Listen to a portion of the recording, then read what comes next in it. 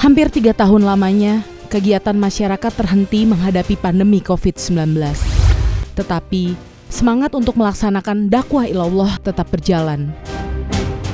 Di tengah-tengah pandemi COVID yang masih menimpa negeri ini, Persaudaraan Muslimin Indonesia Parmusi justru meraih penghargaan sebagai pemecah rekor dari Museum Rekor Indonesia MURI.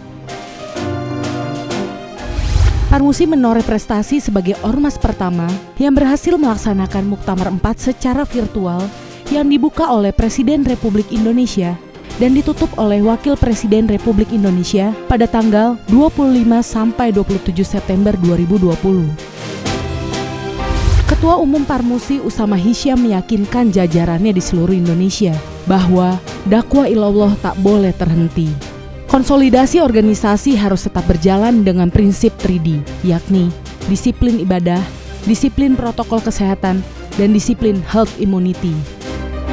Dengan kerja keras dan tekad yang sungguh-sungguh, Parmusi sukses menggerakkan para manajer dakwah di tingkat provinsi dan ratusan kabupaten kota seluruh Indonesia untuk mengikuti muktamar virtual yang digelar di Markas Dakwah Patra Kuningan, Jakarta Selatan. Bapak Presiden, para alim ulama dan muktamirin yang saya hormati, salah satu karakter yang dibentuk di dalam perkaderan Parmusi bahwa seorang kader harus dibiasakan menjadi muzaki, pembayar zakat, infak dan sedekah, bukan mustahik, sebagai bagian dari ajaran Islam. Artinya pantang bagi kader-kader Parmusi untuk meminta-minta. Tetapi dalam konteks kenegaraan, setiap kader Parmusi wajib hukumnya menegakkan kebenaran dan keadilan bagi rakyat, berjuang secara tulus dan ikhlas untuk rakyat miskin, kaum duafa di berbagai daerah yang ada. Kader Parmusi berjuang tanpa APBD, apalagi APBN. Ini perlu diketahui oleh Bapak Presiden. Selama 5 tahun saya memimpin Parmusi, alhamdulillah tidak satu sen pun pernah menerima, apalagi meminta bantuan dana dari Bapak Presiden. Setelah aktivitas para dai, seluruh aktivitas para dai, juga kegiatan organisasi, biayanya bersumber dari anggaran pendapatan dan belanja langit APBL, yakni zakat, infak dan sedekah dari seluruh para kader di berbagai daerah. Kami semua, para dai dan manajer dakwah yang hadir pada pembukaan Muktamar 4 ini, turut berjuang membangun bangsa dan negara kesatuan Republik Indonesia melalui jadwalan dakwah ilallah tanpa digaji, namun berkhidmat secara sungguh-sungguh, siap mengorbankan seluruh jiwa, harta dan nyawa demi tegaknya kalimat tauhid ilallah di negeri ini semata-mata untuk mendapatkan ridha Allah Subhanahu wa taala. Bapak Presiden, perlu Bapak ketahui, kami semua berjuang dalam satu ikatan keyakinan terhadap akidah Islamiyah, dalam semangat jihad fisabilillah yang diatur dalam Al-Quranul Karim, sehingga menjadi bagian dari fikih Islam. Wajahidu fillahi haqqa jihadi. Allah Subhanahu wa taala berfirman, berjihadlah engkau di jalan Allah dengan jihad yang sebenar-benarnya. Dakwah ilallah, menegakkan amar ma'ruf nahi mungkar adalah bagian dari semangat jihad fisabilillah. Alhamdulillah, Muktamar Parmusi keempat akhirnya bisa terlaksana. Muktamar Parmusi kali ini diselenggarakan dalam suasana yang berbeda. Di tengah bangsa kita menghadapi ujian, cobaan yang maha berat dari Allah Subhanahu wa taala, dan umat manusia di seluruh dunia juga menghadapi hal yang sama, menghadapi ancaman penyebaran pandemi COVID-19.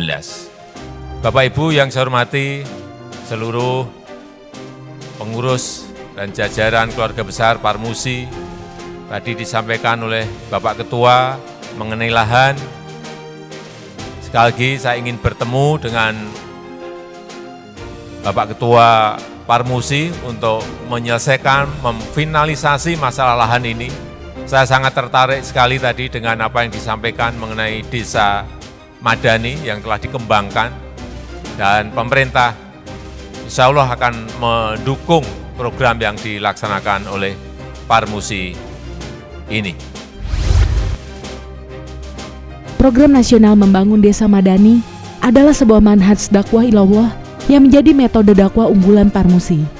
Terdapat 4 pilar yang harus diperjuangkan kader-kader para dai Parmusi di seluruh Indonesia. Pertama, meningkatkan iman dan takwa umat. Kedua, mengembangkan perekonomian umat. Ketiga, pemberdayaan sosial warga masyarakat. Keempat, meningkatkan kualitas pendidikan, utamanya membaca Al-Quran.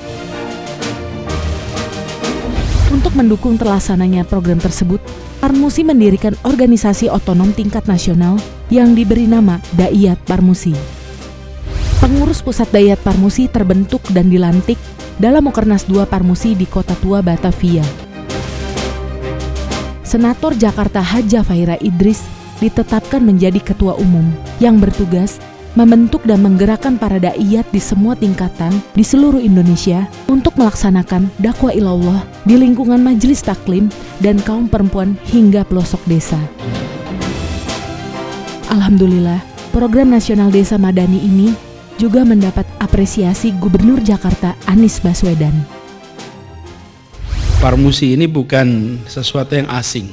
Saya tumbuh besar dalam suasana yang selalu menceritakan Parmusi ketika di Jogja dulu. Dan tadi pagi saja saya mau pamit itu, saya ketika pamit ibu di rumah. Jadi saya kalau pagi pamit, Bu mau berangkat hari ini, acara kemana pagi ini? Gitu. Pagi ini langsung ke Parmusi. Dan Ibu, Parmusi, Masya Allah hari ini Parmusi. Gitu. Jadi beliau itu langsung gitu. Biasanya ya biasa, oh ya mudah-mudahan lancar begitu ya, didoain. Tapi ini insya Allah juga penanda bahwa mudah-mudahan begitu banyak keluarga, begitu banyak masyarakat yang punya ikatan sejarah panjang dengan Parmusi. Karena Parmusi ini bukan sesuatu yang baru dan harus selalu diingatkan, ini persaudaraan muslimin Indonesia. Ini harus menjangkau semua. Kalau disebut bahwa umat Islam di Indonesia itu 86%, maka jangan dibagi-bagi lagi. Terlalu sering 86% ini kita bagi-bagi, lalu kita potong-potong. Akhirnya tinggal 10, 15, 20, 30%. Ini 86 ini semuanya. Parmusi harus bisa menjadi simpul persaudaraan itu semua. Jangkau semua. 86 ini dijangkau semua. Jangan kita ikut-ikutan dengan analis sosiologis. Analis sosiologis itu memang untuk kebutuhan analisa mereka melakukan kategorisasi. Sama, kalau ahli ilmu sosial datang ke ruangan ini, maka dia akan menganalisa yang PC putih berapa persen, yang PC hitam berapa persen, yang sorban berapa persen. Untuk kebutuhan apa? Untuk kebutuhan analisa, dibagi. Nanti terlihat ini distribusi meja berdasarkan warna PC. Gitu. Lalu nanti distribusi meja berdasarkan warna hijabnya, warna kerudungnya. Ibu sekalian, biarlah itu urusan para analis ilmu sosial. Bagian Parmusi menjaga keutuhan dari seluruh umat Islam di Indonesia. Apalagi sekarang dipimpin Bang Usama. Bang Usama Hisham ini selain beliau adalah, kita dengar tadi, beliau berbicara tadi sama Pak Prof. Fanani juga kita sampaikan. Ini ungkapan dari hati, ungkapan orang ikhlas. Insya Allah Bang Usama ini bisa jangkau ke kanan kiri karena beliau itu seorang entrepreneur. Kita jangan artikan entrepreneur sebagai pengusaha rupiah. Entrepreneur itu ada social entrepreneur, ada policy entrepreneur, ada political entrepreneur, dan ada business entrepreneur. Seseorang yang mampu mengubah kesempitan menjadi kesempatan, itu adalah seorang entrepreneur. Dia adalah entrepreneur. Jadi kalau dalam situasi kesempitan jadi kesempatan, itu entrepreneur. Kalau yang punya kesempatan jadi kesempitan, nah itu orang cemberut terus Pak. Itu nggak ada kesempatan itu. Kesempatan saja dipandang sebagai kesempitan. Tapi kalau yang bisa memandang kesempitan semua, ini adalah seorang entrepreneur. Nah, menjangkau semua, dan insya Allah ini kemudian sesuai dengan ikhtiar awalnya. Menjadi kalau lihat sejarahnya, Miai dari dulu, dan kemudian menjadi rumah bagi semuanya. Kan begitu, bukan kira-kiranya kalau kita ingat proses perjalanannya. Ini juga penting. Barangkali Parmusi untuk kembali mengungkapkan sejarah perjalanan perjuangan umat Islam di Indonesia. Supaya kita tahu seringkali kita paham sirah Rasul tapi tidak paham sejarah perjuangan umat Islam di Indonesia. Padahal ini menggambarkan betapa perjuangan di tempat ini, di tanah ini luar biasa. Jadi itu sebuah harapan untuk Parmusi. Dan tadi disampaikan tentang niatan untuk membangun desa madani. Kalau boleh Bang Usama usul desa madani dan juga kampung madani, Bang. Kenapa kampung madani? Begini. Sejak tahun 2009 lebih banyak orang tinggal di kota daripada di desa di Indonesia. 2009 itu pergeserannya. Oke. Dan diperkirakan di tahun 2050 di Indonesia 75% penduduk Indonesia akan tinggal di perkotaan. Pedesaan jumlah penduduknya berkurang. Yang penuh adalah di perkotaan. Di seluruh dunia diperkirakan tren yang sama itu terjadi, bahkan mungkin lebih awal. Karena itu makin hari kawasan kota menjadi makin penting, dan di kawasan kota inilah interaksi makin intensif. Di kawasan kota inilah kita ketemu problematika menjalankan kewajiban pribadi kita dengan konteks kerja. Saya beri ilustrasi. Ketika saya bertugas di Jakarta, saya menemukan, waduh, di Jakarta ini kalau sudah jam 5 sore orang pulang kerja. Salah satu masalahnya di kendaraan umum, mereka kehilangan waktu maghrib. Pilihannya adalah tunggu maghrib baru pulang, atau pulangnya diawalkan. Pilihan ketiga dijamak. Hilang itu maghribnya di jalan. Saya beri contoh problematika ini. Kita semua terbiasa titipkan anak ikut kegiatan di masjid. Di mana dulu waktu di kampung.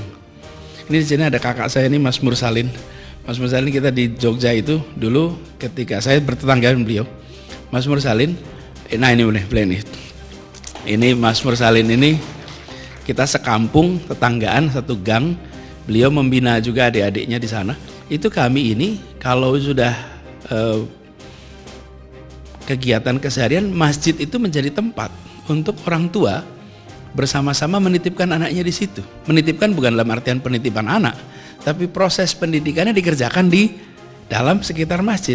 Bimbingan, apalagi kalau bulan puasa, itu anak-anak itu dari asar sampai habis taraweh gak pulang, di masjid saja. Itu ketika kita berada di dalam setting sosiologis yang berbeda. Sekarang kita masuk kawasan kota yang makin hari makin banyak tuntutannya. Ini memerlukan jawaban. Jadi saya ingin mendukung sekali yang dikerjakan oleh Parmusi, Bang Usama, dan insya Allah nanti Jakarta ikut fasilitasi untuk desa madani ini. Nah, tepuk tangannya ditahan sampai kejadian. Tepuk tangan sampai kejadian. Tapi insya Allah nanti kejadian, Bang Usama. Ini kejadian, Bang Usama. Insya Allah kejadian. Tas kadar janji, Gubernur Anies sudah mengirim tim dari pemanfaatan aset DKI Jakarta bersama pengurus pusat Parmusi untuk meninjau lahan di Kampung Ciangir Legok, Kabupaten Tangerang, seluas 10 hektar yang akan dibangun sebuah proyek nasional Kampung Madani Parmusi. Semoga izin prinsip pemanfaatan aset tersebut segera diteken Sang Gubernur.